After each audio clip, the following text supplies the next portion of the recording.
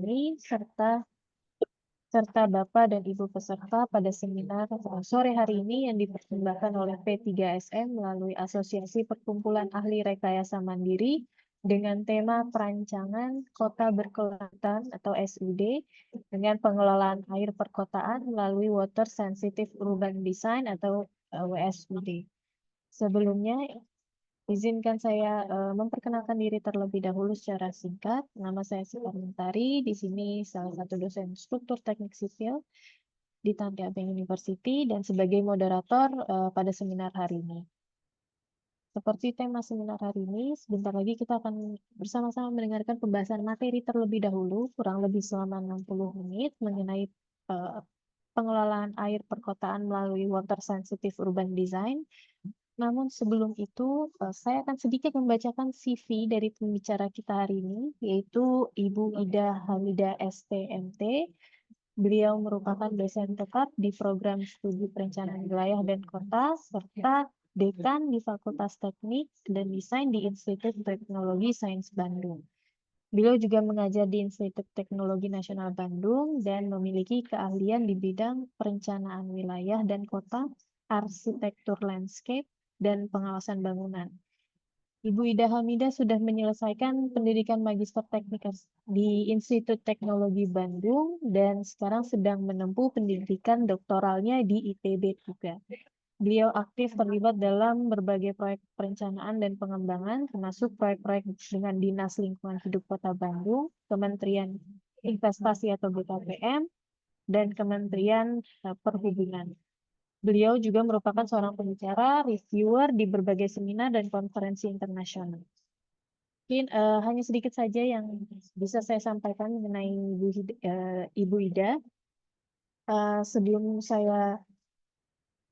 Sebelum kita mulai ke materinya, saya ingatkan terlebih dahulu untuk para Bapak Ibu peserta, jika ingin mendapatkan e-sertifikat dan materi, itu harus daftar terlebih dahulu di srtf.p3sm.org.id, lalu ikuti kegiatan, dan nanti waktu selesai akhiri kegiatan.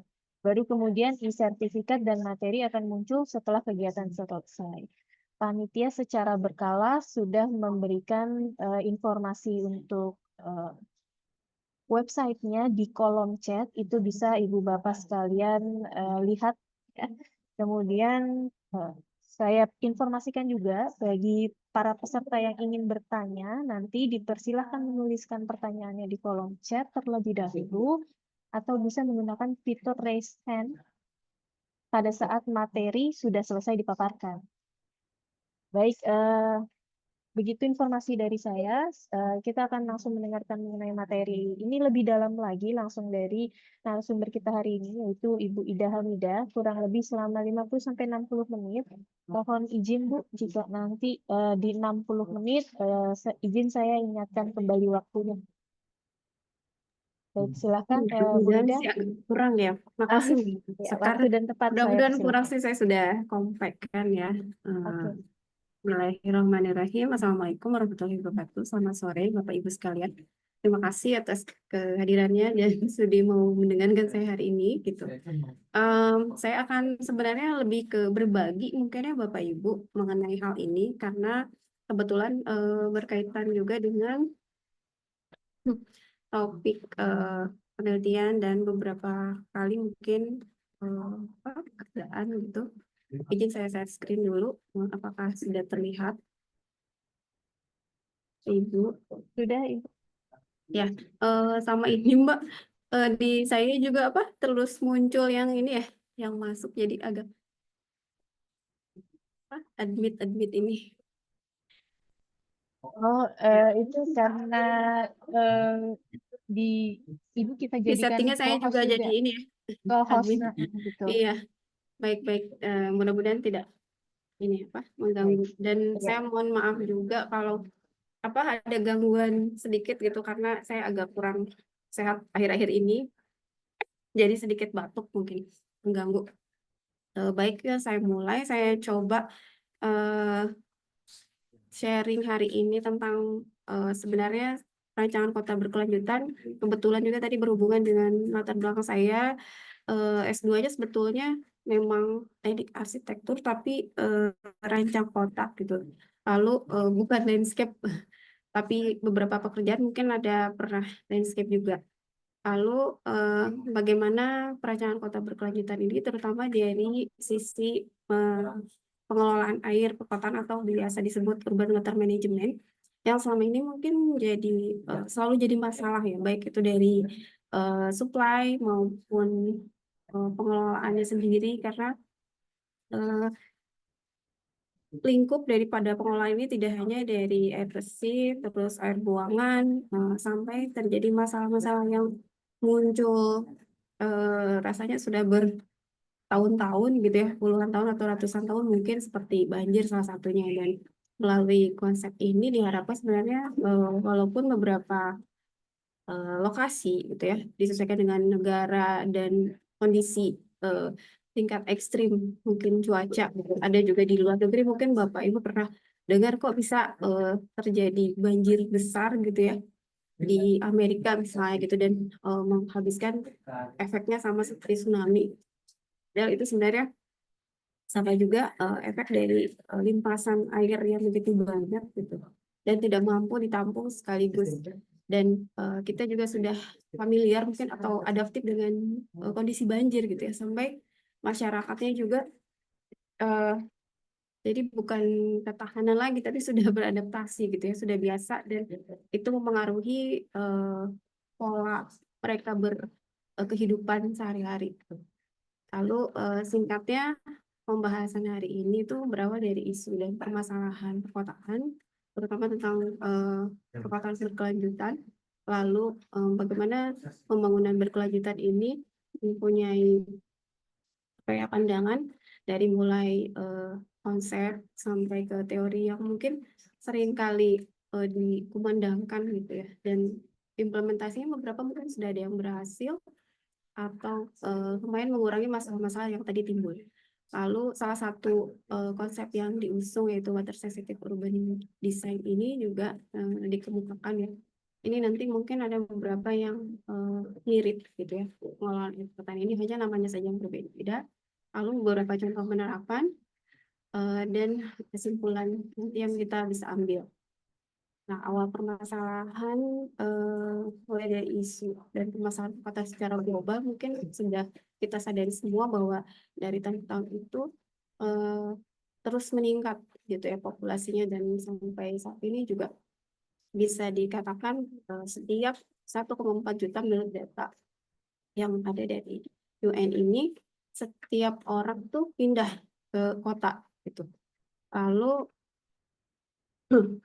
orang-orang juga tertarik untuk bermukim di pusat aktivitas gitu ya, karena menyediakan itu menawarkan berbagai opportunity atau kesempatan yang lebih.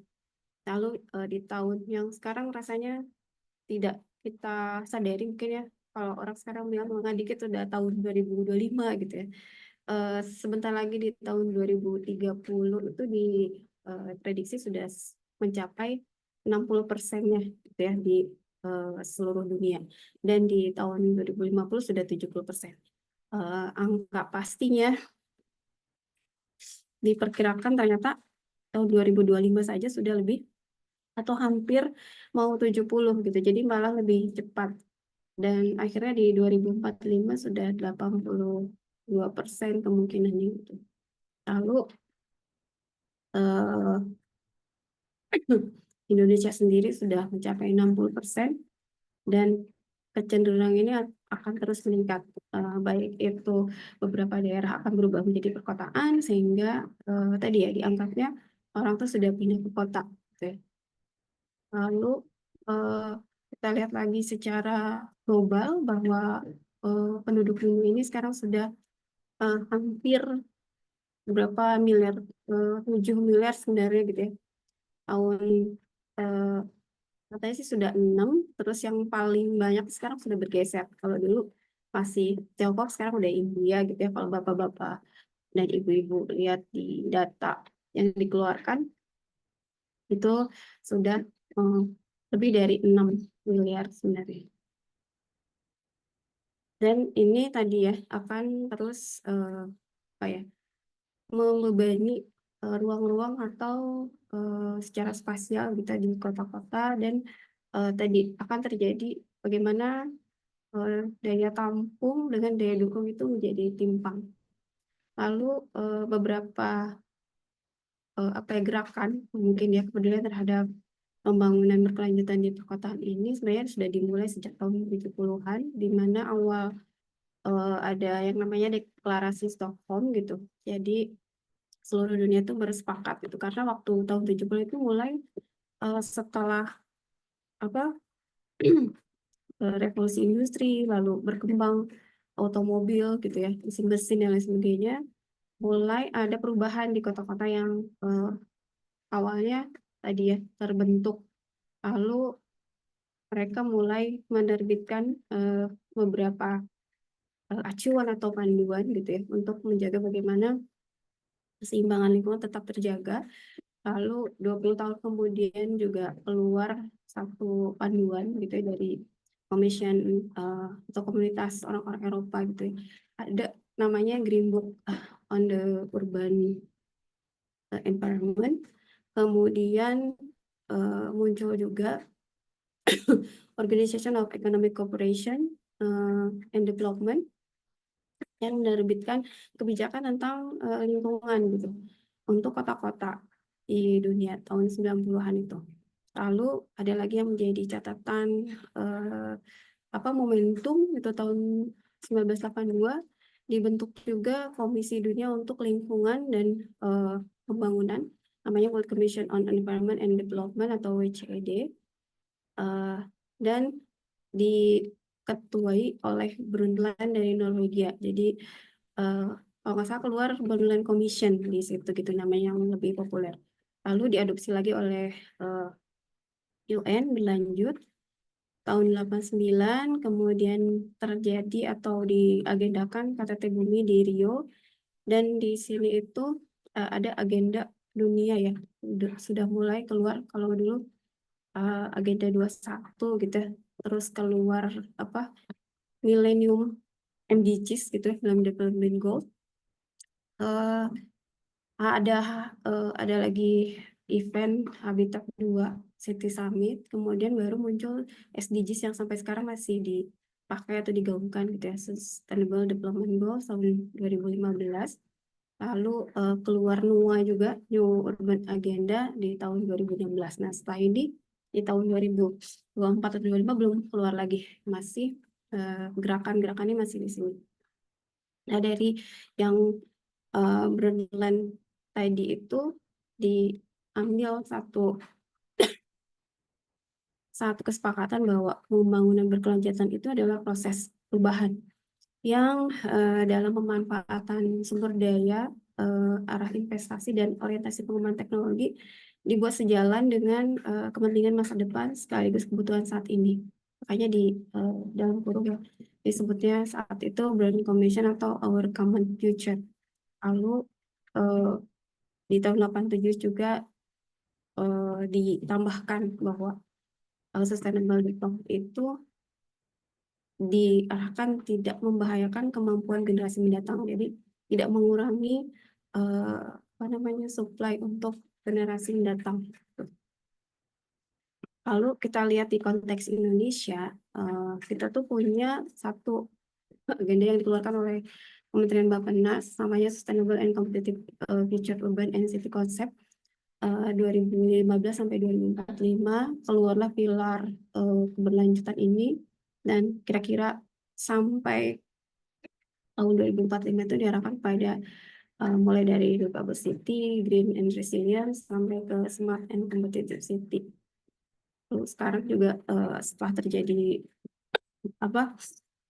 climate change dan lain sebagainya gitu, muncul konsep Resilient City, dan ada adaptif gitu ya, tadi saya katakan. Jadi tidak menghalangi tapi sudah mulai terbiasa dan beradaptasi dengan kondisi-kondisi ini. Lalu kita lihat lagi perjalanannya, timeline-nya. Beberapa sekarang seperti bahan bakar yang mengurangi fossil fuel mungkin gitu ya. Ya sudah ditetapkan 2030 tidak ada lagi penggunaan fossil fuel, 2050 itu sudah zero gitu. Jadi sekarang kalau misalnya yang perencanaan baru tidak ada lagi, tapi kalau yang sudah berjalan atau direncanakan sebelumnya eh, silakan gitu ya diteruskan. Makanya nanti kayak untuk sumber energi mungkin sekarang juga sudah berlomba-lomba eh, tidak lagi ke yang berbahan bakar fosil, tapi lebih kepada yang renewable resources. Listrik yang sekarang gitu ya sudah digunakan di EV gitu ya, electric vehicle. Lalu kemarin saya ikut salah satu webinar lagi, ternyata di negara-negara itu sudah juga menggunakan liquid hydrogen atau low carbon hydrogen gitu. Jadi mereka mengekstrak dari air gitu ya, green ammonia gitu, terus mulai diperjualbelikan bahkan oleh negara-negara yang tidak punya resources. Sementara resourcesnya mereka beli dari kita, dari negara sekitarnya. Masuk ke water sensitive urban design ini,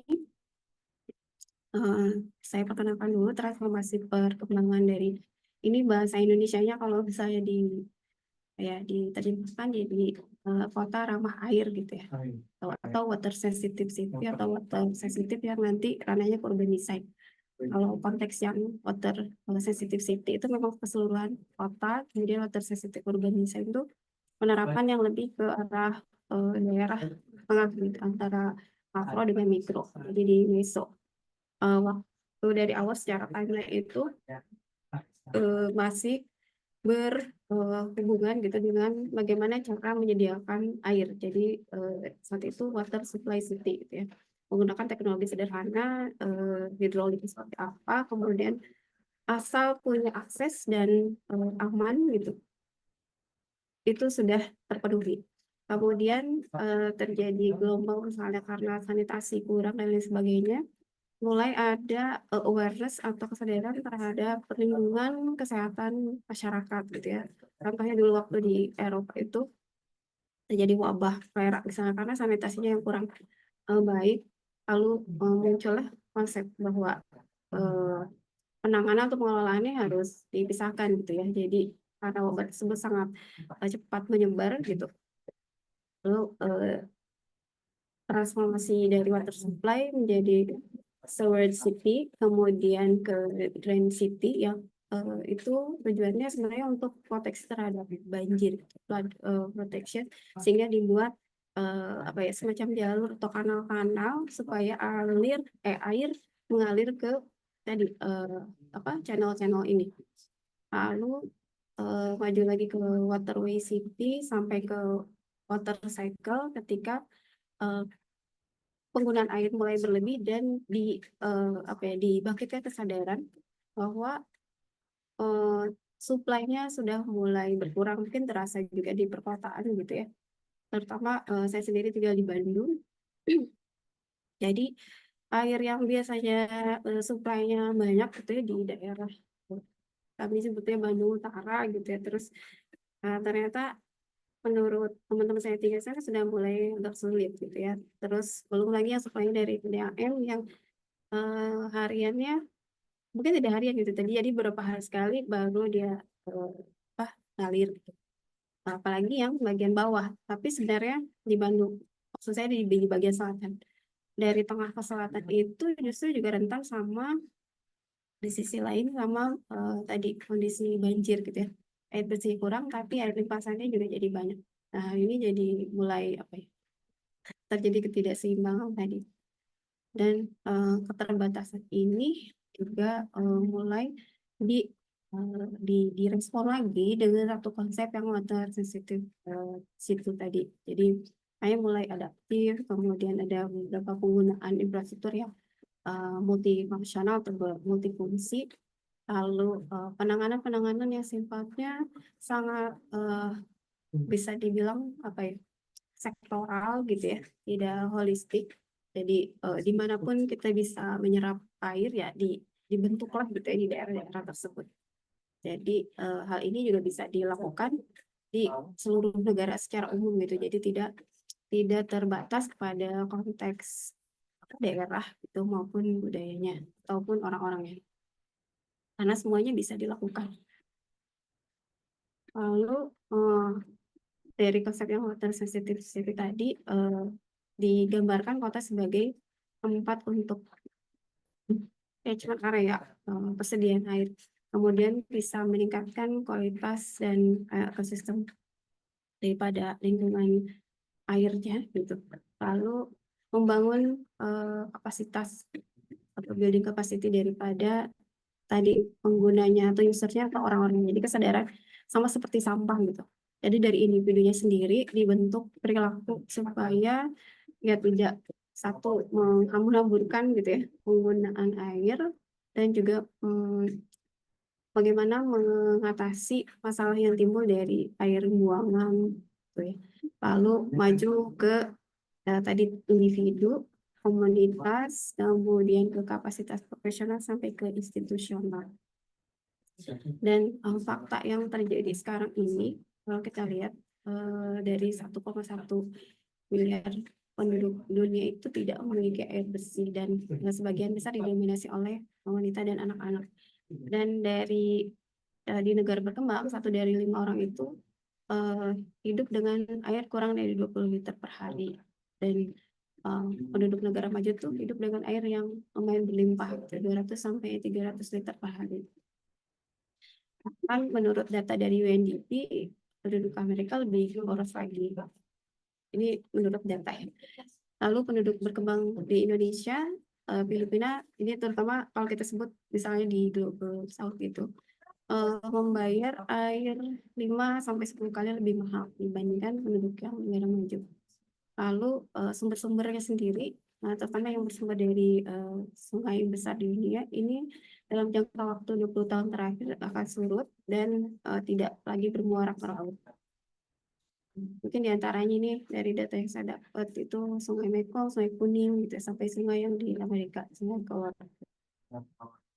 Lalu kalau kita lihat lagi pendekatan tradisionalnya gitu ya, kita masih menggunakan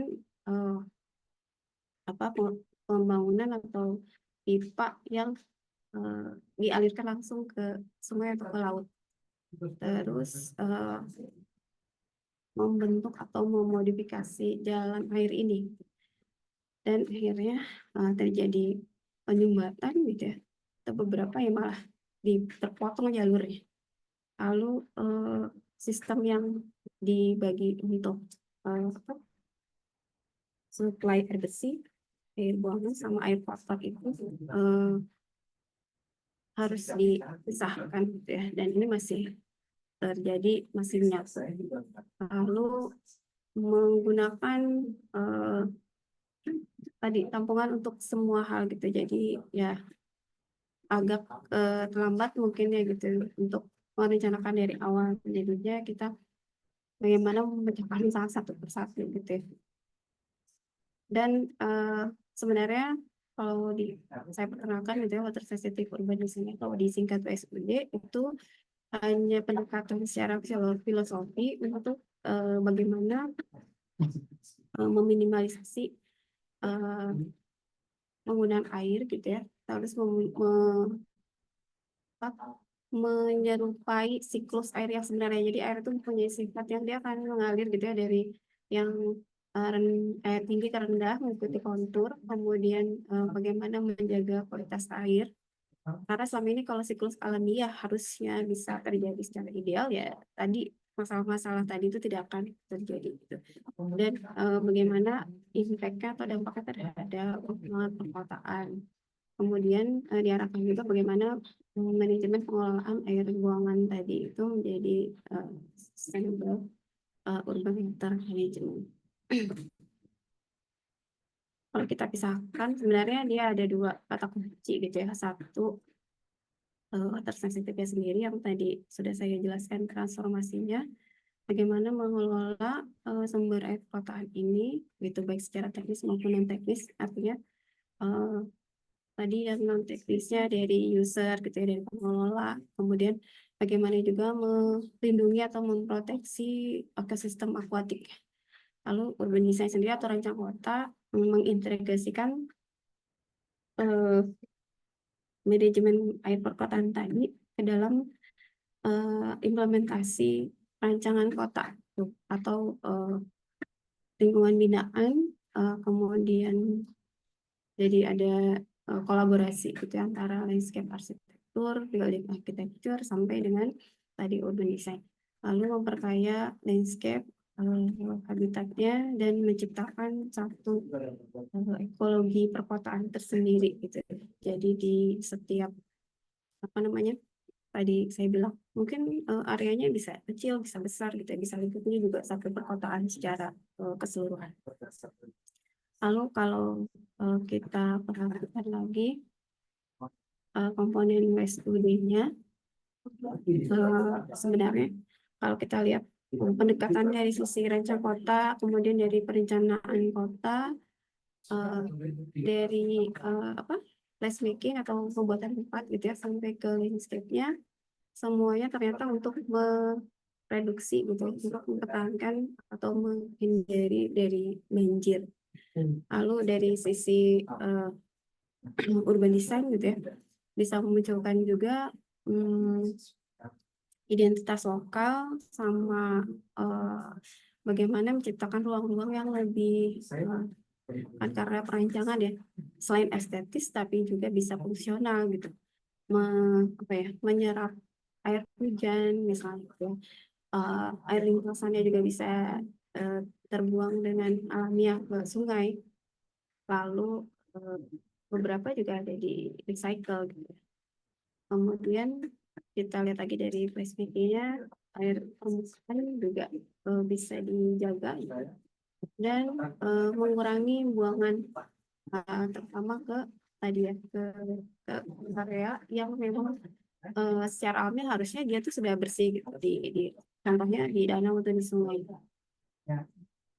Lalu tujuannya itu gitu dari WSUD itu untuk tadi ya menjaga kualitas, kuantitas, kemudian menjaga supply-nya dan bisa menimbulkan kenyamanan kalau misalnya itu terjaga, karena kan itu juga terasa kalau misalnya ada air ya udah gitu ya, seringnya nggak mandi, nggak masak misalnya gitu ya, karena tidak ada air bersih.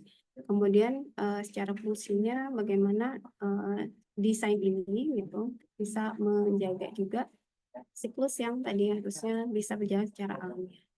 Kalau secara konseptual gitu ya, seperti di gambar yang di kanan bawah, jadi ada panah-panah itu menunjukkan bagaimana si air itu berjalan, memproteksi sistem alamiahnya atau siklus alamiahnya, kemudian mengintegrasikan ruangan tadi gitu ya, treatment untuk landscape misalnya kalau belum ya.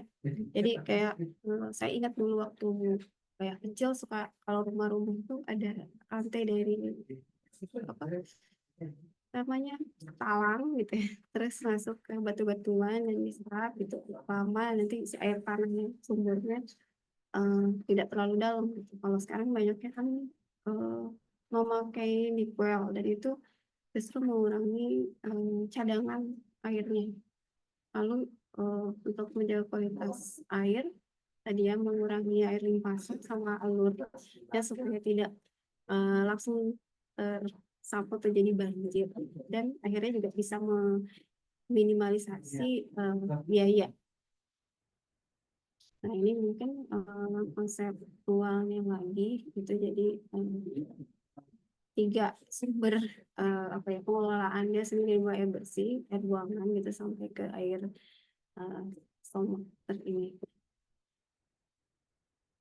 Nah ini mungkin beberapa contoh aplikasi yang saya tadi lupa, dari beberapa negara itu sebenarnya konsep SOD ini namanya jadi beda-beda.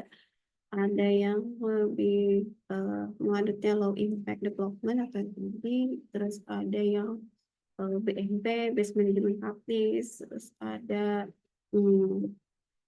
infrastruktur langsung gitu ya. Tapi intinya semuanya adalah menerapkan tadi bagaimana siklus alamiahnya bisa berjalan secara natural, tidak terganggu, kemudian memanfaatkan setiap sudutnya gitu ya untuk menciptakan satu ini sendiri, gitu, habitat sendiri.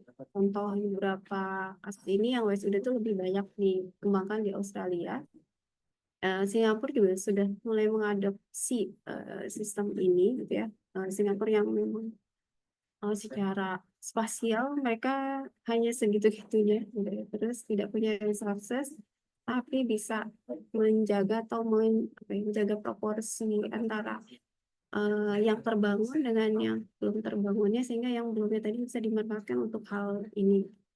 Terus ada satu bangunan gitu ya, yang Marina Bay Ridge itu sistem pengolahan air yang juga diperlihatkan ya kepada pengunjung bagaimana mereka mengelola air perkotaan ya dengan bisa dari tap mana saja gitu, mau dari toilet maupun dari dapur itu yang bisa diminum secara langsung. Yang kadang juga kita lupa ternyata mereka bisa langsung gitu ya, tapi kitanya masih agak apa ya, terasa uh, karena nggak biasa. Lalu ini juga beberapa contoh lagi membuat taman-taman yang memang untuk menyerap air tadi dari skema gitu ya.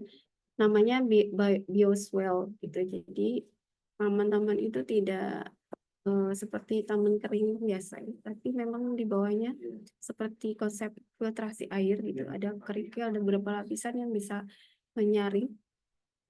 Asal tadi ya keluaran itu jangan terlalu banyak apa sedimen atau material lainnya gitu. Sehingga itu akan membantu, bukan membantu lagi, malah merusak gitu ya, kualitasnya.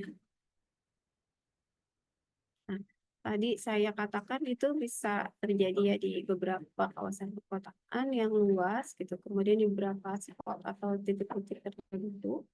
Lalu juga bisa diaplikasikan sebagai satu apa ya solusi praktis gitu ya di beberapa tempat gitu. Mau skalanya seperti apapun biasanya salah satu yang mungkin yang sering kita lihat tuh ada kolam retensi yang lebih kayak tadi berkelanjutan gitu ya, bioretensi, dan itu bisa dijadikan tempat buangan untuk air buangan yang tapi sudah apa ya namanya jangan yang kadang ada yang material substance yang mengganggu kita kayak minyak atau apapun kimia misalnya. Lalu basic pengelolaannya sendiri itu sebenarnya bagaimana jumlah limpasan tadi itu seimbang dengan intensitas pengembangan. Kemudian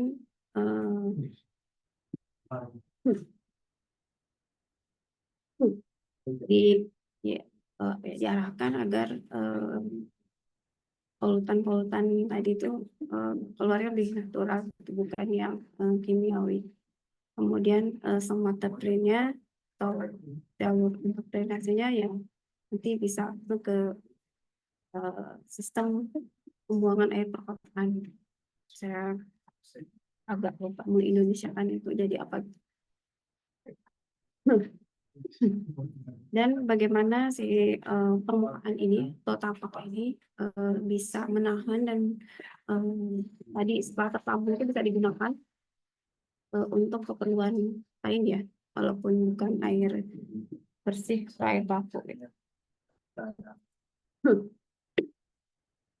Ini juga sebenarnya masih sama proses ya. Ini mungkin beberapa contoh lagi gitu ya, yang selain apa ya tadi ya, yang di taman kecil ini yang skalanya sudah besar gitu ya, membuat satu bangunan untuk pengolahan tadi, tapi juga sekaligus sebagai tempat rekreatif gitu ya, selain fungsional tapi juga estetis. Padahal sebenarnya juga mereka berfungsi secara teknis gitu.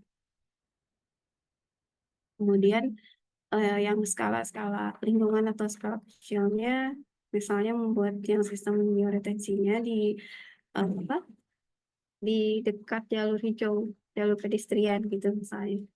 lalu beberapa proyek yang bisa dibuat dalam bentuk di skala lingkungan atau komunitas juga membuat biodiversity system sendiri ya untuk lingkungan komunal. Lalu ini juga beberapa contoh yang satu sudutnya gitu ya. Biasanya kita lihat kayak tadi trigate itu ada besi, itu kan suka ada papai. Ini tuh dibuat apa namanya landscape-nya walaupun di atasnya terlihat kekerasan, tapi di bawah sebenarnya sudah dibuat serapan. Ya, beberapa gambar-gambar di sini. Itu yang kayak ada rumput tadi yang saya katakan sebagai bioswale gitu. Jadi kayak taman basah gitu, rawa. Contohnya ini beberapa di Australia. Nah, kalau kita lihat perbandingan lagi gitu ya yang biasa dilakukan pemerintah maupun masyarakat adalah mengeruk gitu ya. Kalau misalnya boleh terjadi kedangkalan karena sedimentasinya masuk ke sungai, itu biasanya dikeruk terus ya disimpan di sebelahnya gitu.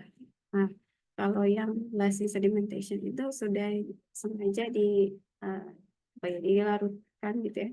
Nanti yang air bersihnya sudah otomatis ke atas gitu, kayak kalau kita nyeduh air kopi yang tubruk gitu ya. Terus kan kita tunggu dulu sampai dia turun gitu ya, terus nanti yang atasnya yang kita minum. Ini beberapa contoh pelaksanaan atau implementasi daripada bagian-bagian atau kawasan yang dibuat kolam secara terbuka gitu ya, atau yang sudah ada jalurnya ya langsung saja gitu ya dimanfaatkan. Sementara nanti tepiannya di treatment juga gitu. Ini batu-batu yang di sebelah ini sebenarnya juga selain untuk semacam kirmir gitu ya, tapi sebenarnya mereka juga diarahkan untuk bisa menyerap secara perlahan dan sebagai filter. Kenapa tadi ada beberapa kolam, bukan kolam sih ya, tadi taman-taman yang basahnya tadi gitu ya, atau disebutnya wetland, rawa-rawa gitu, biasanya bisa menyerap air limpasan yang banyak gitu, lalu bisa mengalirkan secara perlahan. Jadi diatur aliran hujan supaya tidak terlalu deras. Kemudian bisa jadi filter tadi, bisa memproteksi juga jalur banyak pesisir gitu ya. Jadi kalau dari pantai saya lihat yang kasusnya di saya lupa rupanya. Jadi waktu itu karena ternyata proteksi yang tepi pantai itu langsung uh, bobol gitu ya. Terus karena airnya terlalu cepat dan tinggi sehingga malah membahayakan si penduduk atau pemukiman yang ada di sekitar situ gitu. Dan surutnya lumayan lama gitu ya, sampai berhari-hari.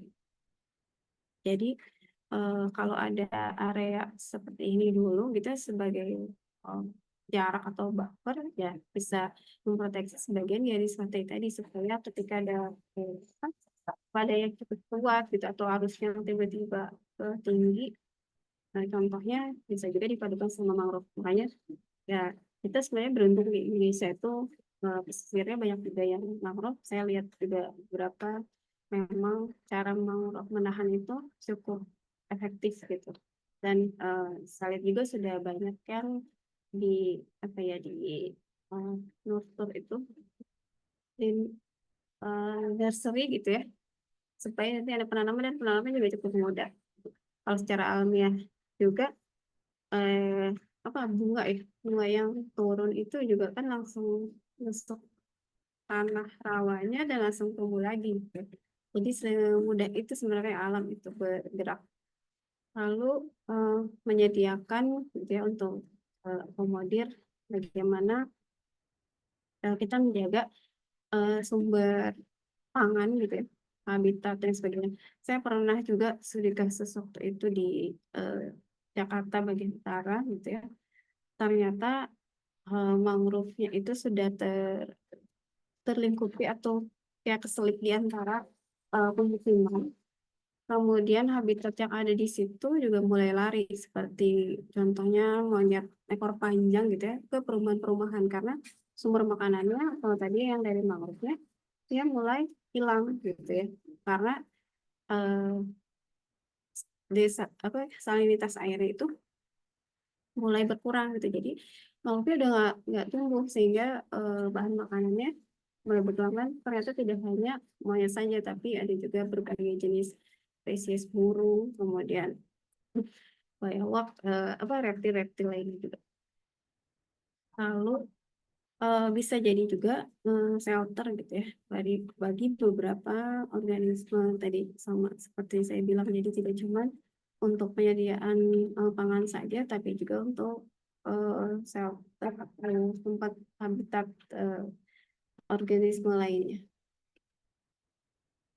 Lalu kita lihat lagi bagaimana air buangan ini secara sistematis gitu ya, bisa diterapkan sebanyak mungkin gitu ya dalam, jadi jangan sampai membangun ini tapi malah jadi semakin merusak si apa landscape naturalnya gitu. Jadi bagaimana fit in ke sistem hidrologinya atau siklus hidrologinya, kemudian menekankan kepada tahanan atau pengelolaan air buangan ini, kemudian dibantu oleh vegetasi tadi gitu ya. Dan menempatkan titik-titik di mana apa kayak kolam-kolam tadi gitu ya, untuk menampung air yang disalurkan gitu. Lalu meminimalisasi permukaan yang kurang bisa menyerap gitu ya, untuk mereduksi air limpasan. Lalu mulai menggalakkan juga tadi mereuse gitu ya, menggunakan air yang buangannya bukan dari black water gitu ya, tapi dari yang air hujan maupun water untuk benih lainnya. Mempertahankan juga vegetasi atau pohon yang memang akan membantu tadi menjaga siklusnya. Beberapa yang yang cukup kuat gitu kalau dari tanaman keras ya, kayak saman itu atau hijau itu cengkraman juga cukup kuat gitu, tidak mudah tumbang. Dia mereduksi CO2 dan menghasilkan oksigen yang cukup banyak. Jadi kalau misalnya di pohon itu kita akan terasa beda gitu ya, sejuk, dingin gitu. Terus kalau hujan tuh cepat nyerap. Lalu ini tadi ya, sebenarnya secara penjelasan kurang lebih sama sebenarnya gitu ya. Jadi ada minimalisasi tadi perubahan, kemudian konservasi air, menjaga kualitas air, kemudian bagaimana juga ini PR juga gitu ya, mengembangkan atau membangun itu, tapi cost-nya tuh biasanya cukup efektif gitu, karena biasanya kayak tadi yang di Singapura tuh modal awalnya mahal gitu ya, tapi selanjutnya memang jadi lebih efektif. Lalu memperkaya bagaimana kesempatan atau uh, bagi lingkungan lokal gitu ya, untuk penggunaan drainase ini secara maksimal. Nah, ini mungkin bisa dilihat perbandingannya gitu ya, antara yang environmental versus developmental gitu ya. Di sisi kiri itu sebenarnya lebih kepada bagaimana proteksi lingkungannya sendiri gitu ya. Sisi kanan kita seringkali bertentangan antara pembangunan gitu ya dengan tadi yang lingkungan. Jadi sebenarnya bisa diterapkan juga sih kalau menurut saya gitu ya, di beberapa fungsi-fungsi yang mau dibentuk. Misalnya contoh di sini ada public art seedscape, atau buat taman-tamannya lebih difungsikan gitu ya. Jadi kalau ada kolam misalnya, ya kolamnya selain kolam retensi juga ada untuk habitat tadi ya, organisme, kemudian secara estetis juga bisa dinikmati oleh publik. Ini beberapa contoh lagi gitu ya. Nampak memang kelihatannya tamannya kurang berbunga-bunga gitu ya. Tapi sebenarnya beberapa vegetasi mungkin di Indonesia juga bisa lebih adaptif gitu ya. Yang lokal endemiknya bisa apa saja. Kemudian sistemnya kalau lihat potongannya ya kurang lebih seperti ini gitu. Nah, ini satu lagi sebenarnya saya pernah mempresentasikan juga kebetulan yang di Sastek waktu itu prinsip penerapannya yang saya kaji di IKN gitu ya. Di IKN itu mereka punya konsep Forest City, Smart City dengan Smart City. Di kebetulan yang di highlight gitu ya, yang Smart City karena dia kurang lebih itu sama sebenarnya konsepnya dengan WSUD tadi gitu ya, sistem drainase sirkular gitu yang menggabungkan arsitektur, desain tata kota, infrastruktur berkelanjutan, kemudian diserapkan dan nantinya lagi dialirkan kembali gitu. Jadi siklusnya tetap terjaga. Lalu beberapa studi literatur yang mengacu pada ini ya bisa dilihat ya, sama tadi konsep yang WSUD yang biru-biru gitu ya. Di bawahnya semacam spon gitu. Jadi bisa menyerap lagi dengan sempurna ke tanah itu, tidak terbuang begitu saja. Lalu masuk ke WSUD-nya sendiri gitu ya, jadi konsep yang Smart City. Smart City tadi kan lebih mikro gitu ya, satu kota. Nah, yang urban design-nya sendiri di kawasan itu dengan pengadaan green open space, kemudian ada green water namanya. Jadi bisa dibilang juga ada yang namanya green and blue infrastructure gitu ya. Ini untuk utilisasi dan pengelolaan air perkotaan. Kemudian menambahkan ruang-ruang terbuka publik gitu ya, yang bisa mendorong tadi apa adanya jadi jangan sampai walaupun ruang terbuka publik ini untuk orang banyak gitu ya, tapi juga tidak apa ya tidak terbatas gitu ya dalam implementasinya dengan mengadopsi konsep yang tadi. Kemudian setiap dari GSP gitu ya, bagaimana mengatur jarak antara bangunan dengan jalan, kemudian memanfaatkan tadi yang jarak tadi gitu ya. Dan kita harus selalu melihat bagaimana kontur atau kondisi topografi di setiap daerah dengan nanti akan membuat pola karakteristik jalur drainase yang berbeda gitu ya, dengan penambahan vegetasi dan secara visual juga bisa lebih baik. Nah, tadi yang buffer zone yang saya lihat gitu ya, bagaimana mengintegrasikan daerah-daerah ini dengan kondisi sungai yang ada gitu ya, karena selama ini sungainya kalau di kita jadi daerah belakang gitu ya, pembuangan, sementara sebenarnya potensi dia untuk menjadi wajah bagian depan itu sangat sangat memungkinkan gitu. Jadi harusnya tidak membelakangi itu tapi menghadap gitu. Dan kalau menghadap ya tadi ya syaratnya juga nggak mungkin kita menghadap sungai yang memang sudah terkontaminasi atau sudah mulai berkurang kualitasnya gitu. Yang ada tidak nyaman akhirnya gitu kan.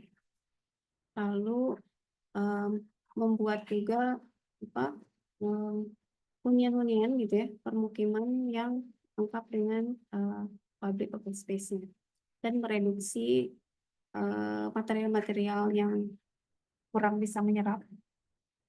Kemudian kalau misalnya ada limpasan dari permukiman itu ya sebanyak mungkin ya harusnya bisa diarahkan langsung ke area untuk apa di treatment tadi gitu ya.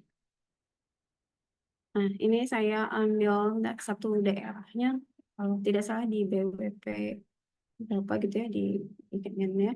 Tapi saya juga tidak akan membahas secara karena memang kotanya belum jadi gitu ya. Jadi mungkin kalau dari awal bisa setidaknya gitu ya dari konsep Society itu bisa menerapkan dengan alur yang sama gitu.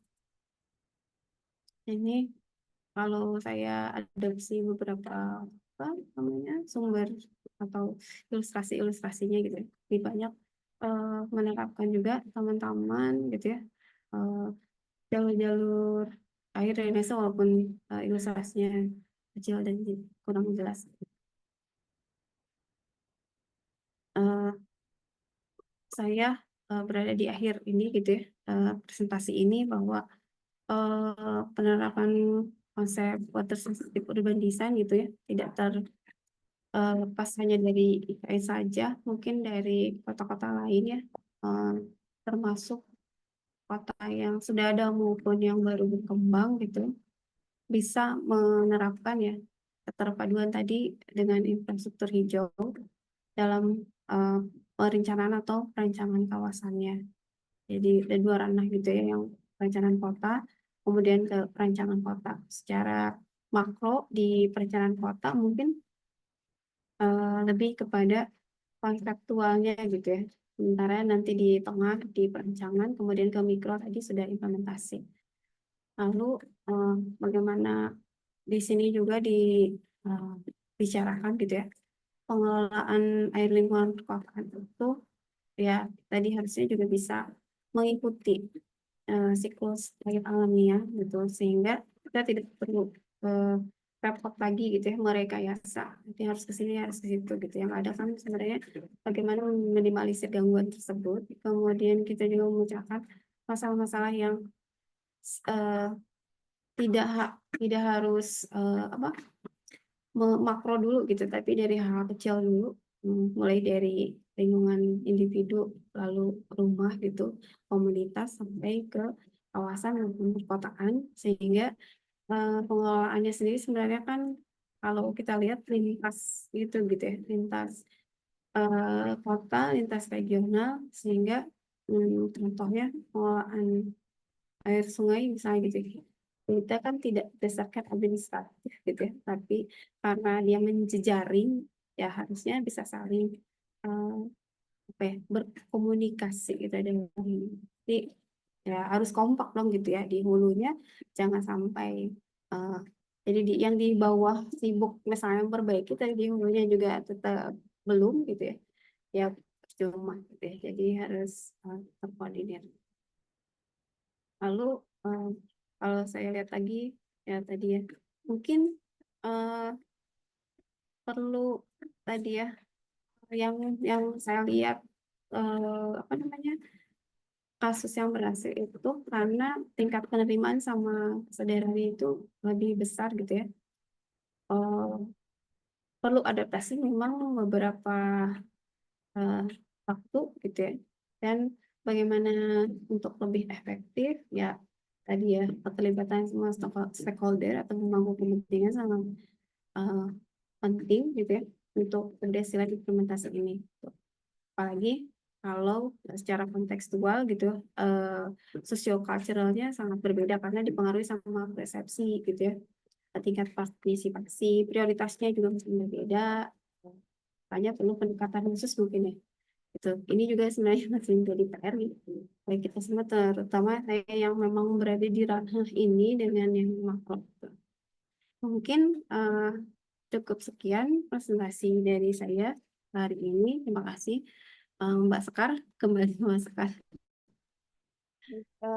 Terima kasih Bu Ida atas materinya yang menarik sekali nih ya Bu ya mengenai water sensitive urban design. Ini ada beberapa pertanyaan di kolom chat. Mungkin saya bacakan ya Bu ya. Dari Ya. Dedi Agus. Beliau menanyakan ambil contoh yang terjadi sekarang seperti Cianjur dan Sukabumi, serta banjir dan tanah longsor. Izin bertanya, sebetulnya roadmap atau tahapan pembangunan kota berkelanjutan yang ideal itu seperti apa? Karena rata-rata kota dibangun dari zona hijau. Ya, mau langsung ya, Mbak. Iya, boleh silakan Ibu. Ya. Mas Dedi Agus ya tadi ya. Iya. Eh, oh Bapak izin ada ya. Kalau Pak, ya saya juga agak prihatin sebenarnya gak cuma di apa Cianjur sama Sukabumi ya. Waktu beberapa lalu juga di Garut ya. Karena eh, kalau menurut saya sih kita lihat ya kalau yang sudah terjadi itu kayak dokter lagi sifatnya kita cari penyakitnya dulu di mana gitu ya. Ternyata memang menurut beberapa ahli itu banyak terjadi perubahan tata guna lahan gitu yang sudah dilakukan. Misalnya harusnya tadi kalau dari hulunya istilahnya gitu yang saya tadi sebutkan gitu di apa pegunungan atau apa itu ternyata sudah terjadi perubahan tata guna lahan misalnya jadi kebun atau apa gitu yang seharusnya memang tadi pohonnya lebih tinggi. Nah, kalau secara alur roadmap-nya gitu ya yang pembangunan berkelanjutan tadi eh, harusnya sih dari awalnya itu kan sudah ditetapkan ya eh, apa namanya eh, arahan misalnya kita mau jadi eh, kota berkelanjutan gitu ya. Kalau kalau saya lihat eh, intinya kan kalau dari definisi kita tidak boleh mengurangi gitu ya. Makanya apa yang sudah ada tapi dilematisnya adalah karena tadi ya pembangunan itu terus kayak mendesak gitu ya. Dilematisnya harus seimbang aja sih Pak gitu ya. Eh, dari awal misalnya kalau mau dibangun sekian, ya nanti gantinya tuh harus seperti apa gitu kayak timbal baliknya seperti itu. Makanya kalau lihat konsep idealnya ya seperti tadi itu bisa dibaca sebenarnya, tapi yang hilang adalah si langkah-langkah tersebut mungkin tidak sama di setiap apa namanya eh, lokasi gitu ya atau negara ataupun kawasan gitu ya. Itu mungkin eh, Pak Agus atau Pak Dedi saya panggilnya apa jawab atau kalau kurang puas mungkin bisa ini ya Pak kita sharing apa saya juga Ini sebenarnya jujur aja pertanyaannya dari Pak Agus ada 3, Bu. iya mohon diulangi lagi. Iya, tadi baru saya bacakan satu dulu. Oh, oh, baru Mungkin satu nanti ya. kalau Oh, Pak banyak. Agus ada tambahan bisa ditambahkan langsung ya Pak. Untuk yang kedua mengenai program-program sekarang, terutama Big City, sudah bagus, sudah ada Green Seed. WWTP, IPAL. Mudah-mudahan ke depan air terkendali dengan baik. Namun bagaimana memperbaiki kondisi yang sudah rusak, Ibu? Hmm. Ya, sama sih Pak ya tadi PR-nya yang sakitnya dulu sebenarnya dulu. Saya tuh pernah dapat tantangan juga gitu waktu eh, apa mengembalikannya ada tadi mangrove. Kan karena kita selalu shortcut gitu ya. Masalah yang terjadinya banjir, terus banjirnya yang dihadapi, terus dibikinlah apa namanya pembatas atau penghalang atau tanggul gitu ya. Tapi ternyata yang harus diperbaiki itu adalah si habitatnya dulu gitu. Saya mempelajari bahwa alamnya harus di-restore dulu. Kemudian baru selanjutnya adalah tahapan lainnya gitu ya. Dan karena kita kejar-kejaran juga sebenarnya gitu ya. Jadi ya keberhasilannya kita mungkin bisa lihat gitu ya. Eh, mungkin masih menjadi tantangan juga bagi semuanya gitu. Asal tadi sebenarnya konsisten saja menurut saya sih gitu ya. Jadi harus dicari dulu sumbernya gitu yang apa dan pertama yang harus diprioritaskan apa dulu karena percuma misalnya kalau dibuat itu terus ya terjadi lagi gitu. Oh tadi Pak Sekar untuk Pak Agus saya kebetulan punya buku Kota Ramah Air gitu beberapa untuk yang nanya itu kalau masih sempat itu saya Oh, sediakan hanya beberapa nanti saya titip itu ya. Pak Dedi tentang Kota Berarti Ramah Pak Air. Dedi Agus dapatnya, Bu ya. Iya. Nanti Pak Dedi mohon dikirimkan apa namanya alamatnya Pak untuk bisa dikirimkan. Ya nanti kirim ke saya saja. saya yang data. Oke. Maaf, ini dulu izin. Oh iya, silakan Ibu.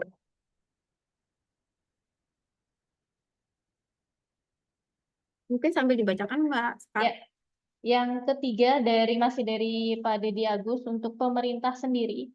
Sebaiknya program seperti apa yang sebaiknya dibangun berpihak pada kondisi tanah existing, karena seringkali program desa sampai kota untuk tutup buku Desember seringkali pilihan adalah cor jalan dan cor fasilitas yang justru menghambat serapan tanah. Hmm. Iya betul Pak. Saya juga apa sebagai proyektor ya dalam arti ngerjain proyek terus jadi dirusuhin gitu ya untuk cepat karena udah akhir tahun gitu. Jadinya kayak tambah sulam yang ditepek-tepek akhirnya malah kualitasnya juga nggak bagus gitu ya. Dan saya juga suka sama kayak Bapak gitu bertanya-tanya kenapa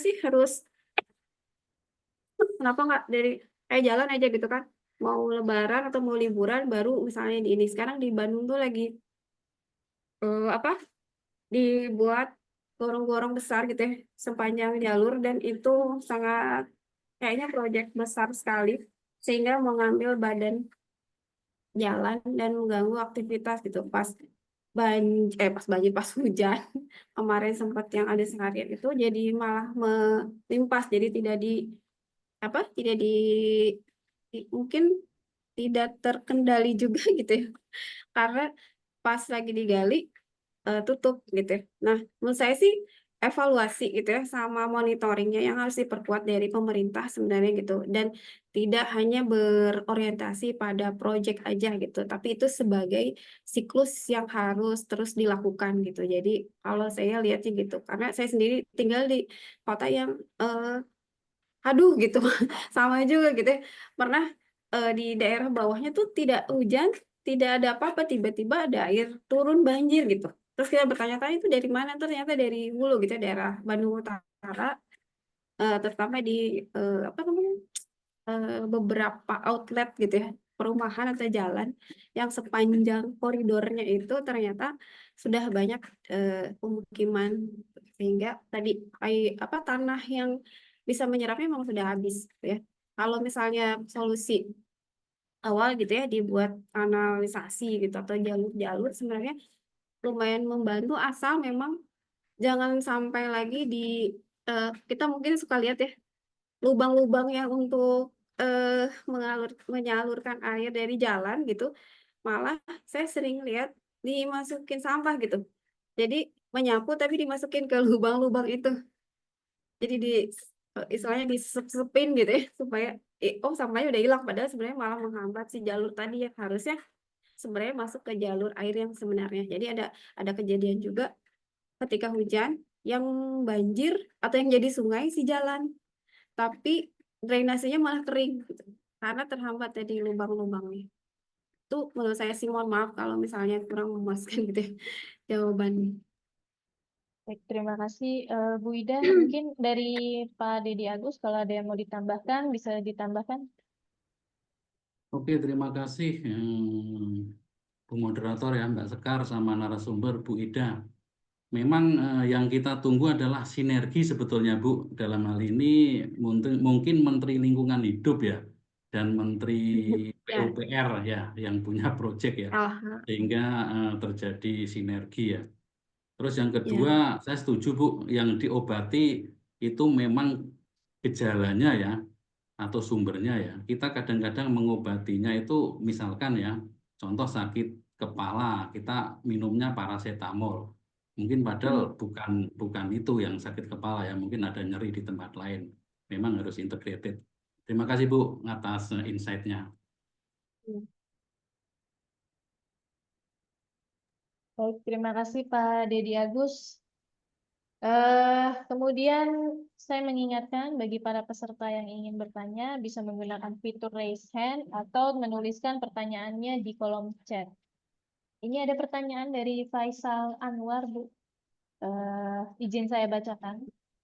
Apa betul IKN mempunyai konsep kota sponge city, sedangkan jenis tanah di sana adalah clay shell dan clay stone yang apabila terkena air akan menjadi lumpur dan apabila kering tidak bisa kembali mengeras seperti keadaan semula. Tentunya akan membuat daya dukung tanah menurun. Bagaimana menurut pandangan Bu Ida? Oh ya, betul Pak. Saya juga dapat bocoran tuh dari ahli geologi gitu ya. Terus saya juga pas ke sana, saya agak terkejut gitu ya, waktu lihat. Jadi waktu buat ini, itu kan studi literatur gitu ya. Terus saya lihat karena IKN-nya sendiri sponge, oh mereka mungkin sudah buat ini ya, apa analisis tersendiri gitu ya. Maaf juga saya contohnya itu karena kemarin agak ledakan juga. Harusnya sih ada satu lagi ya yang di Cikapundung ini. eh saya kaget gitu. Saya tanya orang geologi sama yang tambang gitu karena kan lihat tanahnya tuh banyak yang hitam. Saya nggak terlalu hafal namanya gitu ya. Tadi ternyata ada apa jenis tanahnya begitu. Saya juga heran nanti ini kan kurang menyerap gitu ya. Mungkin model penyerapannya bukan yang tanah gitu ya, tapi buat channeling tadi rasanya gitu ya. Terus dibuat apa kolam-kolam gitu ya. Dan mungkin perlu tambahan gitu ya, rekayasa bagaimana saya pernah lihat juga tuh di mana gitu ya. Jadi ada satu tanaman perintis gitu ya, yang bisa menetralisir kondisi tanahnya dulu. Habis itu baru setelah vegetasi ini selesai gitu ya. eh, Rasanya saya pernah menulis juga untuk landscaping X tanah tambang atau tanah galian gitu ya, lupa. Itu harus ada dulu semacam tanaman yang menetralisir dulu gitu. Jadi saya lupa juga namanya apa gitu ya. Bukan ahli biologi gitu ya. Tapi saya baca hal itu. Nah, saya nggak tahu kalau yang jenis clay ini, saya tahu ya dia kan agak apa ya, resisten ya pasti gitu kan terhadap air. Malah melimpas gitu. Ya, jadi makanya lebih prefer sih ke handling dulu gitu ya. Baru nanti diarahkan satu bentuk rekayasa gitu, ada mungkin satu kawasan taman besar yang bisa menyerap gitu ya, evaporating, nanti bawahnya lagi jadi ada jalur lagi, terus ya dialirkan lagi gitu. Itu terima kasih Pak, ininya insight-nya juga, pengetahuan buat saya juga tadi namanya. Baik, terima kasih. Mudah-mudahan membantu. Mohon maaf sependek pemikiran saya. Iya, iya terima kasih banyak Bu Ida atas jawabannya itu juga merupakan insight yang udah eh, lebih ini ya Bu ya, maksudnya pandangan Ibu kan juga pasti ada gitu, memberikan knowledge untuk kita semua. eh Bapak Ibu peserta, jika ada yang mau ditanyakan untuk bertanya bisa di kolom chat, silakan nanti di Pokoknya untuk semua penanya ya Mbak ya. ya. Pokoknya. Oh, berarti Pak Faisal Anwar juga ada nih ya Bu ya. Ya.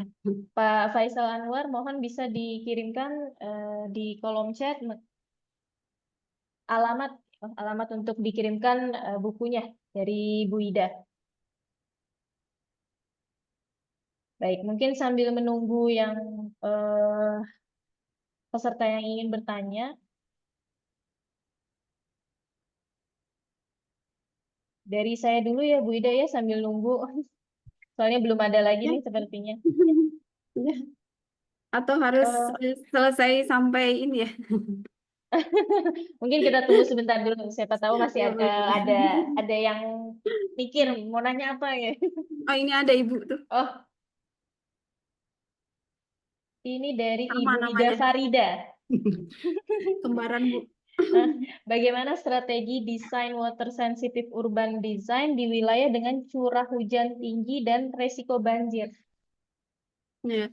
Tadi sebenarnya beberapa contoh ya, ada yang curah hujannya tinggi dan risiko banjirnya juga tinggi. Dia memang secara teknisnya lebih apa ya, dalam waktu singkat bagaimana tadi bisa mengalirkan gitu ya, eh, atau menampung air yang cukup besar ke daerah. Jadi intinya gini Bu, tadi yang siklus alamiah itu harus berjalan gitu ya. Terus kalau misalnya dalam waktu singkat si volume atau debit airnya itu harus segera disalurkan gitu ya ke jalur khusus gitu ya. Jadi jangan sampai dia keburu meluap atau melebar kemana-mana gitu. Jadi dari strategi desainnya sendiri sebenarnya contoh ya kayak tadi misalnya kalau yang skalanya lingkungan kan dia agak susah gitu ya. Agak susahnya dalam arti kalau bikin cuman bioswale sama apa penyerap tanaman kecil saja gitu itu agak susah. Makanya tadi ada yang pohonnya dibuat lubang itu terus itu langsung masuk ke saluran yang memang salurannya itu jangan sampai juga dibuat apa namanya eh, di, diusahakan atau dipertahankan tidak dihalangi apapun gitu ya atau artinya bebas dari substansi dah material gitu ya jangan sampai terhalang. Terus kalau bikin kolamnya sendiri juga dipersiapkan ya. Misalnya kan kita sudah melihat apa namanya secara apa ya experience-nya gitu ya.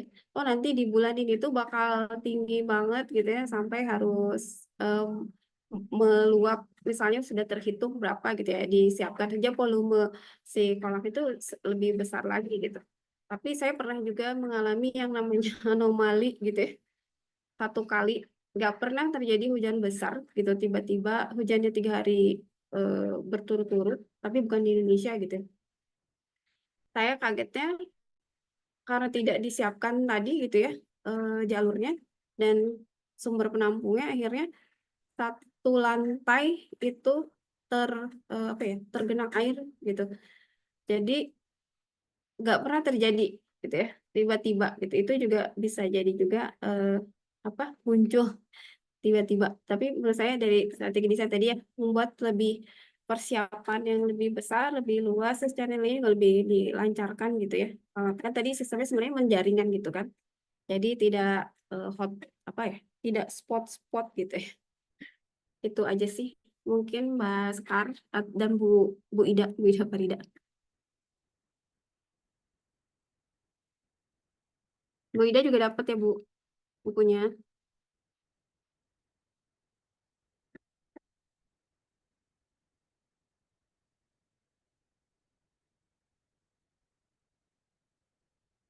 Pak Sekarnya hilang ya. Ibu bisa langsung ke mungkin kalau Ibu mau.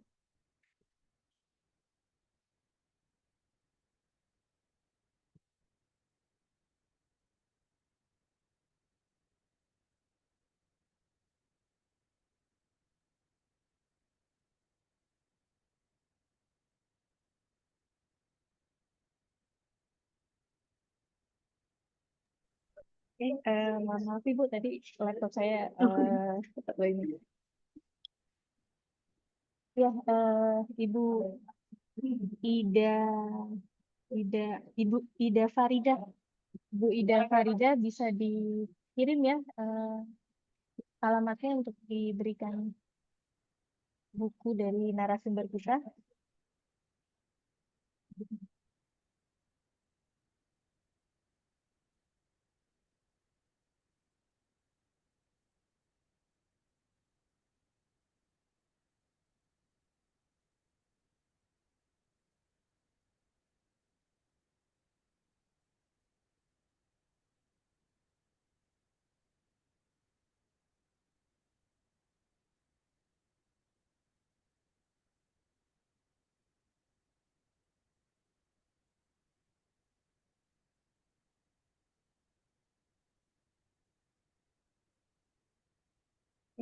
Ini dari Taslim.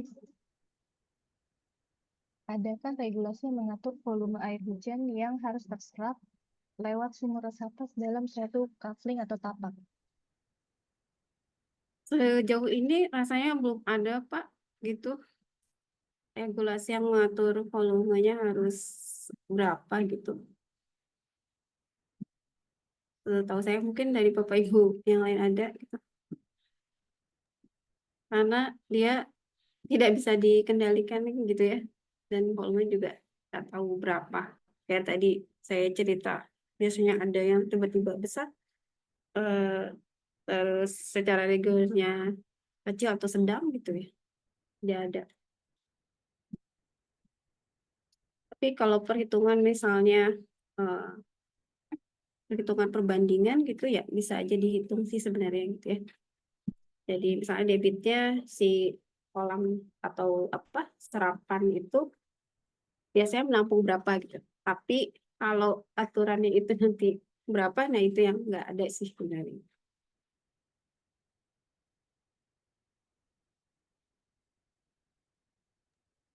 Jadi sebenarnya tantangan terbesar dalam mengimplementasikan WSUD di Indonesia ini apa sih, Bu? Tadi menurut saya sih kesadaran gitu ya. Terus jadi lebih ke apa? User manusianya tadi ke awareness gitu ya.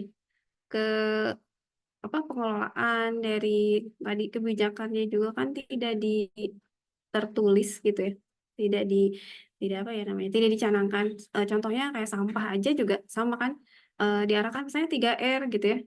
Dimulai dari memilah kan memilah saja juga masih sulit gitu. Nah, sama seperti ini pun apalagi tidak mengenal gitu walaupun sebenarnya secara tradisional gitu dari zaman dulu orang-orang tua gitu ya sudah atau di desa-desa adat deh gitu ya bisa dikatakan ya itu jarang terjadi gitu. Tapi lokal wisdomnya sudah terbentuk gitu, jadi menjadi karakter gitu. Nah itu mungkin menurut saya sih faktor user atau manusianya gitu yang agak sulit gitu ya, termasuk kebijakan yang harus diterapkannya gitu. Berarti perlu edukasi dan pelatihan ya, Bu ya. Ya betul gitu ya. Pendidikan, edukasi sangat penting rasanya gitu ya. Terus menerus didengungkan kayak dulu kita gitu ya ngapalin aja gitu kan. Konvensional lagi balik gitu rasanya. Kalau sekarang serba AI jadi ketergantungan kan gitu. Mau cari jawaban cepet gitu ya udah masukin gitu AI. Betul, betul. Ya, baik Bapak Ibu yang ingin bertanya, silakan. Oh, ini ada pertanyaan lagi dari Pak Faisal Anwar. Apakah betul lubang-lubang biopori bisa sangat berguna dalam menanggulangi banjir yang biasa terjadi di kota-kota besar? Saya sejauh ini masih belum melihat itu efektif gitu ya. Apalagi kalau lubangnya kecil-kecil gitu ya. Terus di bawah lubang ya nggak ada apa-apa. Jadi harusnya lubangnya juga sama diteruskan gitu ya. Channeling ke jalur-jalur yang tadi. Soalnya saya lihat si lubang biopori jadi solusi shortcut juga yang ternyata tidak efektif menurut saya. Mohon maaf.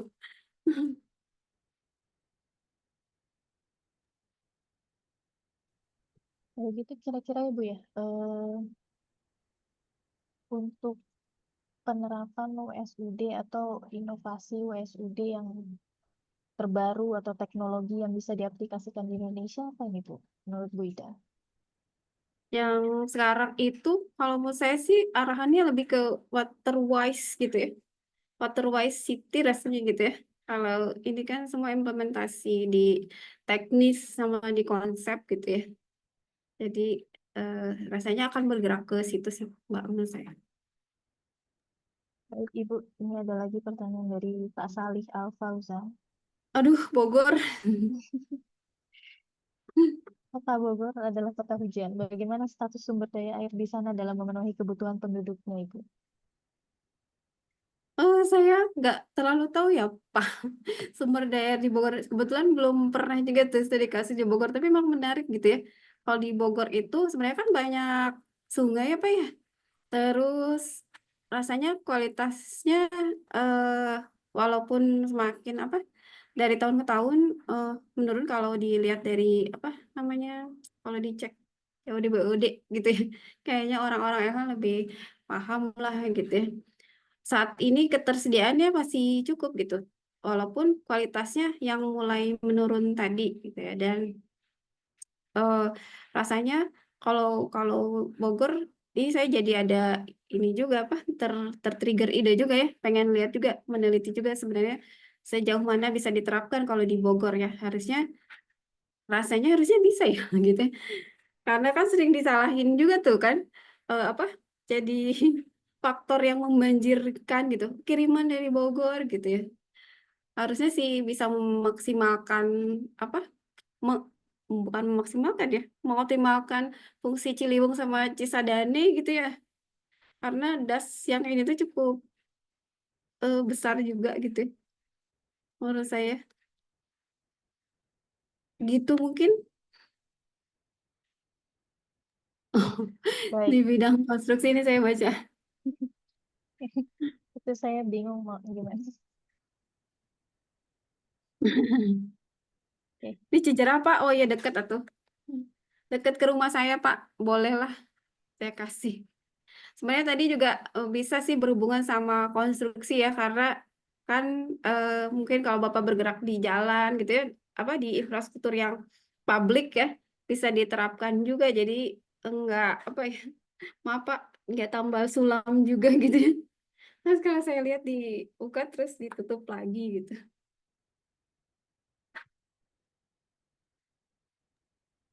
Ini ada lagi Bu dari Vigi Priyantika mengenai bagaimana cara pengolahan air bersih yang bersumber dari sungai untuk didistribusikan ke setiap bangunan pada water treatment plant. Bagaimana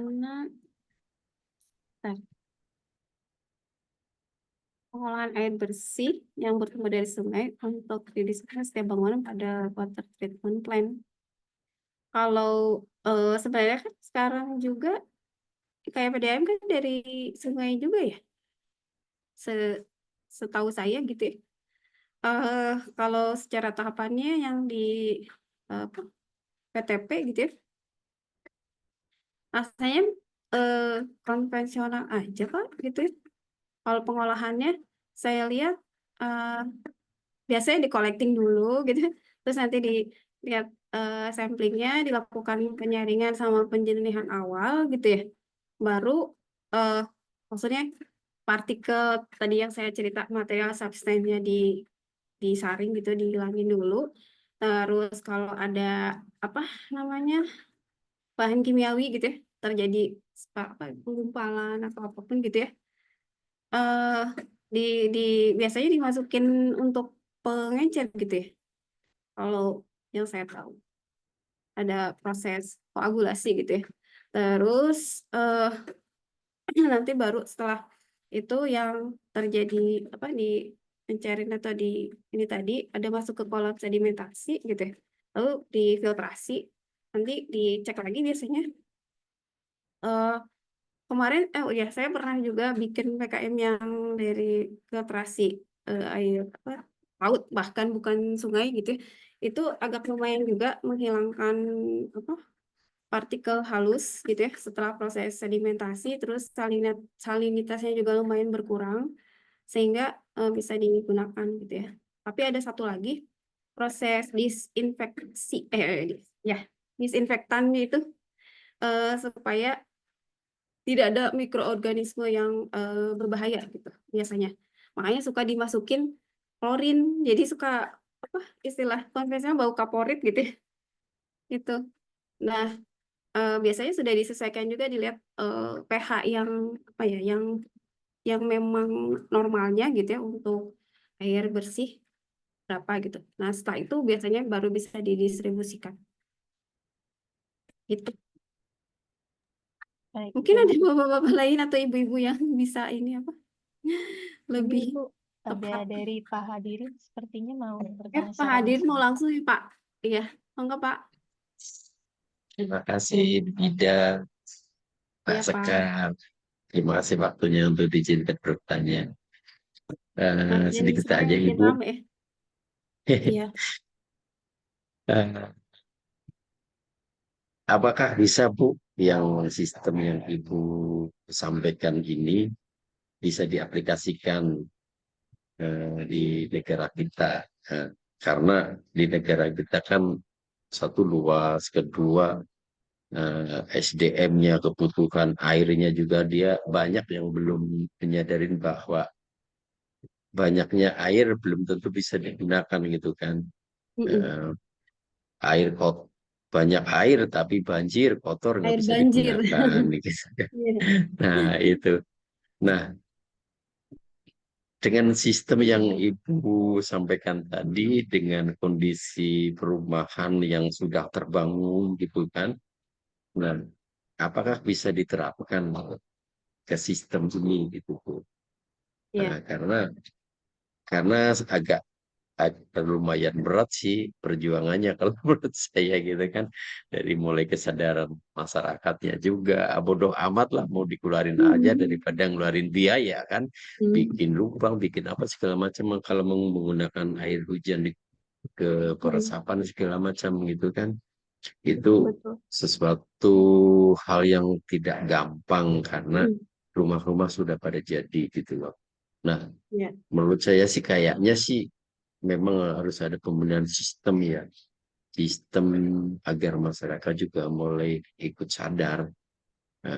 Karena kalau nggak ada sistem kayaknya agak berat gitu kan. Sistem yang bisa diterapkan mungkin seperti yang di MRT ya. Saya belum pernah naik MRT nih karena jauh, saya ada di Bandung nih, belum pernah ke Jakarta. Sama, Nah, Pak. di MRT itu dengarnya itu nggak ada sampah kayak gitu loh, nggak ada tempat sampah, tapi sistemnya juga bagus gitu loh, bersih di situ gitu kan. Masyarakat sadar, malu juga kalau membuang sampah sembarangan, mungkin disimpan dulu, nanti kalau ada tempat sampah dibuang. Nah, sistem itu yang sebenarnya bisa harus diterapkan juga, nyontoh di MRT itu yang sudah berjalan gitu loh. Itu sih kayaknya harus begitu. Itu loh, Bu. Iya, Terima kasih. ya, setuju Pak. Sama kayak di Jepang ya sebenarnya gitu. Jarang ada tempat sampah karena memang dipaksa kita tidak mengeluarkan sampah. Terus sekarang juga di tempat-tempat apa kayak kampus gitu ya. Mereka memang tadi ya mengendalikan dari sumbernya gitu. Yang nyampah-nyampah ya udah, kalau misalnya bawa sampah masukin lagi. Terus di beberapa tempat wisata juga sama. Kalau misalnya dia mengeluarkan sampah, dia ditimbang sampahnya terus dia harus bayar gitu. Jadi mulai dipaksakannya ke seperti itu.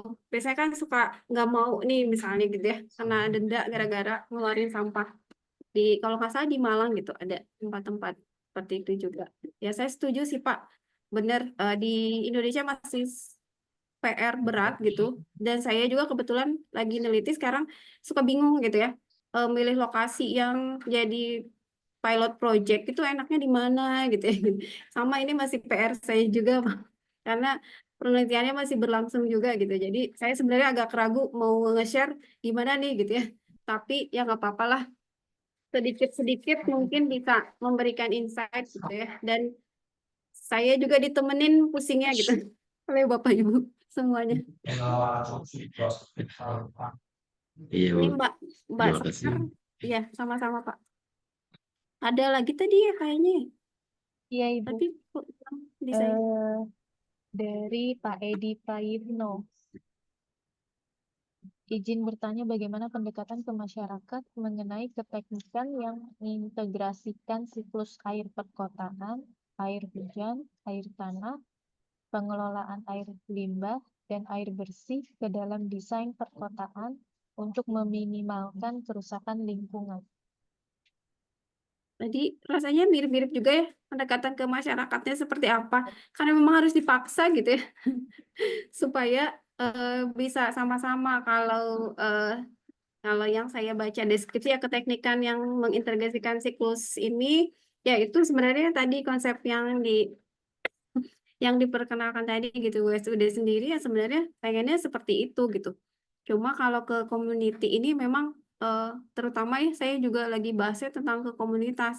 Mau dites dulu, mau ditanya dulu gitu ya. Sejauh mana mereka paham harus apa mengelola atau memanfaatkan gitu ya air yang terbuang gitu. Terus penggunaan air juga menjaga tadi ya sumbernya itu memang sangat-sangat PR gitu. Jadi kalau basic community approach-nya ya memang harus edukasi dulu gitu ya, memperkenalkan, terus lihat contoh gitu ya yang terjadi seperti apa. Nanti di masyarakat mungkin yang sudah lebih paham ya, ya tadi saya cerita juga beberapa komunitas ya kayak kampus gitu ya, tempat pendidikan atau ada satu perumahan gitu ya misalnya yang sudah smart apa-apa gitu ya gitu. Mereka menggunakan water harvesting untuk kepentingan apa housing-nya gitu ya. bikin water treatment sendiri, bahkan pembuangan juga bikin yang green gitu ya. Oh iya, ini saya keburu kesini nih. Pak siapa tadi ya? Pak Edi ya? Ya, betul, Pak Edi Prayitno. Semuanya dapat bukunya nih, Bu. Ya, ada berapa dihitung aja. Tapi nanti di pool dulu di Mbak Sekar boleh. Oh, nanti di panitianya saja, Bu. Nanti Oh iya biar iya, maksudnya di panitia. Iya, biar sekali. ya. Ini ada mungkin dari Pak Normansyah. Bagaimana mengantisipasi pengelolaan air minum yang daerahnya hanya berharap dari sumber air tada hujan, misal di daerah Papua yang sulit air. Hmm. Eh, saya juga sama pernah ke daerah yang di Timor Leste gitu ya, yang berapa curah hujannya cuman 3 bulan dari setahun ya kalau tidak salah gitu waktu itu. Jadi biasanya mereka memang semaksimal mungkin gitu ya menyimpan, membuat penyimpanan air hujan, terus bikin tembok-tembok penahan air gitu ya supaya pas tadi tuh maksimal dan pas musim kemarau apa bisa mau terpenuhi gitu ya. Dan pada saat penggunaannya juga jadi apa ya? Ya eman-eman gitu ya. Jangan sampai mentang-mentang oh sekarang nampungnya banyak gitu ya di agak kambur yang enggak gitu ya. Terus meningkatkan area hijaunya mungkin ya yang saya nggak ngerti tuh area hijaunya kan banyak harusnya gitu ya.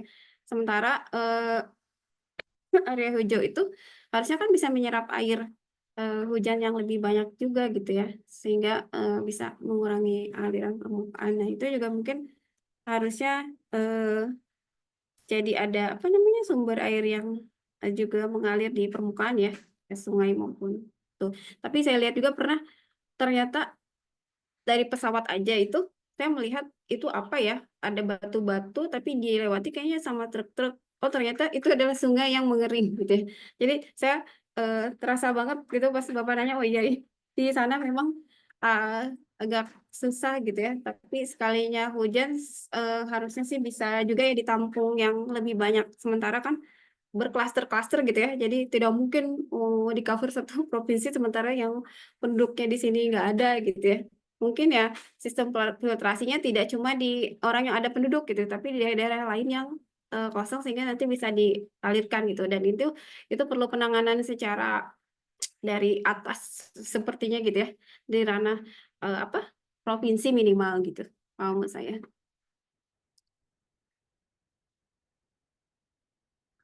Baik, terima kasih Bu Ida atas jawabannya. Bapak Ibu sekalian yang dapat buku yang bertanya ya, Mas. Ini yang Pak Ilyas ini gimana Pak maksudnya menumbuhkan Oh, kesadaran warga kita. Untuk Pak Ilyas Nanmar ini sepertinya beliau menambahkan. Oh, saran tambahan ya Pak ya. Iya, Ada betul. dikasih buat komunitas-komunitas tertentu gitu ya. Ya itu lebih ini diviralkan gitu ya. Biasanya jadi lebih cepat.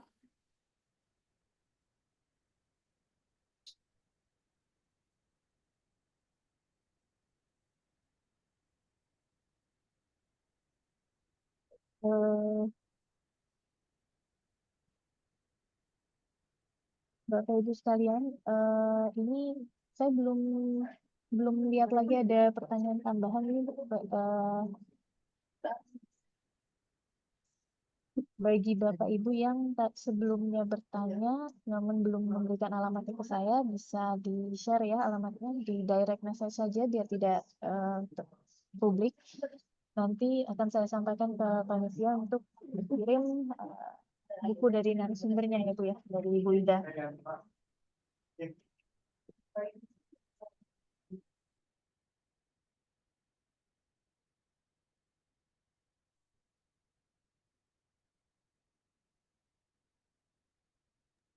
Untuk Pak Normansyah, alamatnya belum ya Bapak? Pak Normansyah dan Pak Edi Prayitno.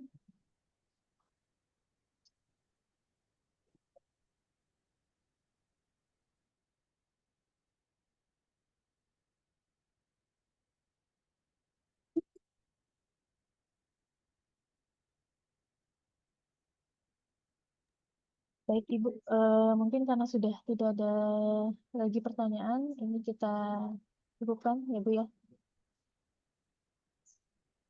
Ya, terima kasih Mas Eka, terima kasih Bapak Ibu.